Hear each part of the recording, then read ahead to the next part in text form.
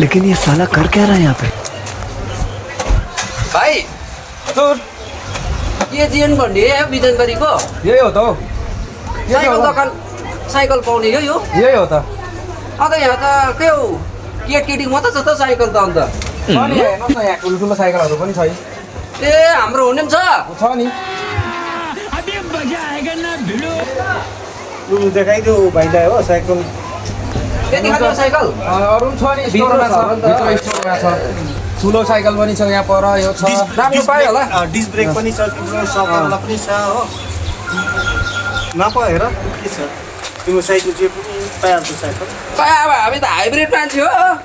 सानो सानो चाहिन्छ होला हो सुर्ता नगर न सानोदेखि अग्लोमा त लडी जान्छ होला नि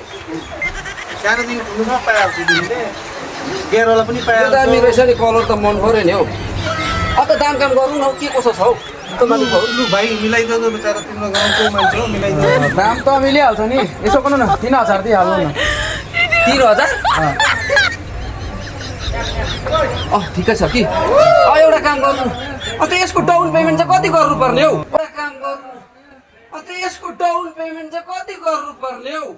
गाडी किन्न आएको कि साइकल किन्न आएको कहिले 3000 मा डाउन पेमेन्ट हुन्छ के भन्नु खोजेको अन्त डाउन पेमेन्ट गरेर लाँदा होला नि साइकल गाडीको पो डाउन पेमेन्ट हुन्छ त साइकलको हुन्छ 3000 मा हुन्छ डाउन पेमेन्ट म त अब पैसा त 1000 मात्रै छ क्यास दिएर लैजाऊ 3000 मा तिमीलाई त्यस्तो सस्तो मिलाइदिँदै सुन्नु हुँदैन भाइ त रेला गर्नु आएको तिमी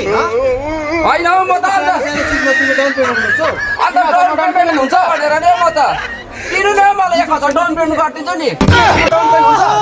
हुँदैन गाडी किन्न आएको तिमी साइकल किन्न आएको भन त भाइ म त डाउन पेमेन्ट हुँदैन रेला गर्नु आएको जाऊ तिमी